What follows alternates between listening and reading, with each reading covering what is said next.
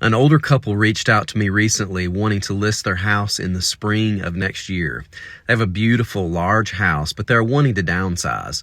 And although they had extensive painting done earlier, they wanted my advice about what else needs to be done to the house before we list it in the spring.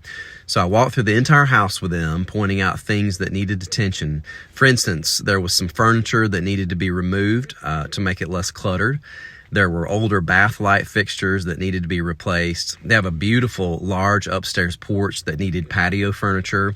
Also gave suggestions about wall art and even suggested changing out some bedside lamps.